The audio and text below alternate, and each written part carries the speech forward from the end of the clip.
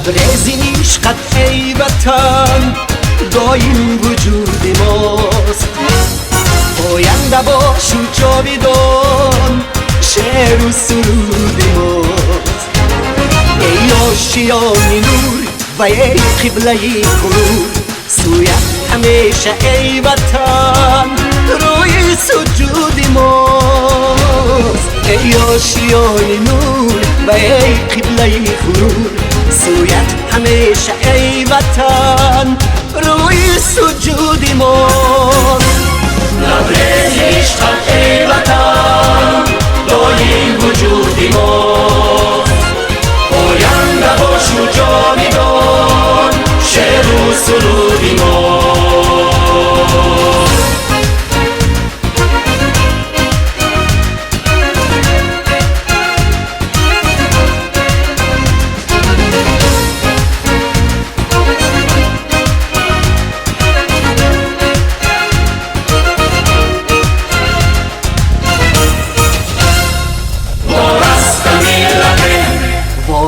ملتیم زی هر دام رستیم، با عزم خویش گردن دشمن شکستیم. با شعر با ترانه و با حکمتی بلند در سرگهی تمدن عالم نشستیم. با شعر با ترانه و با حکمتی بلند در سرگهی تمدن عالم نشستیم. لبریز عشقت ای وطن دایم وجود ماست، پاینده باش و جاویدان شعر و سرود ماست.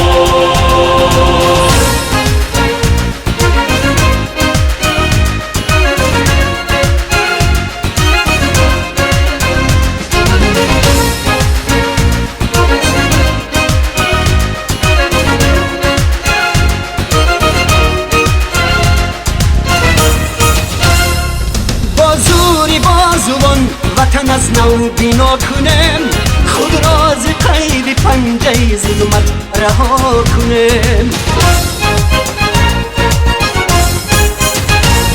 بر هر مراد و مقصد خود میرسه مگر مهری وطن درونی دل و دیده جا کنم.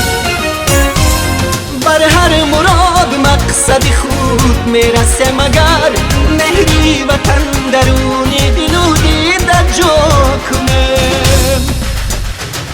لبریزی عشقت ای وطن دایم وجود ماست، پاینده باش و جاویدان شعر و سرود ماست.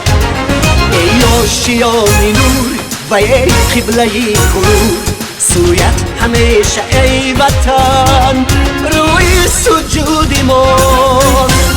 لبریز عشقت ای وطن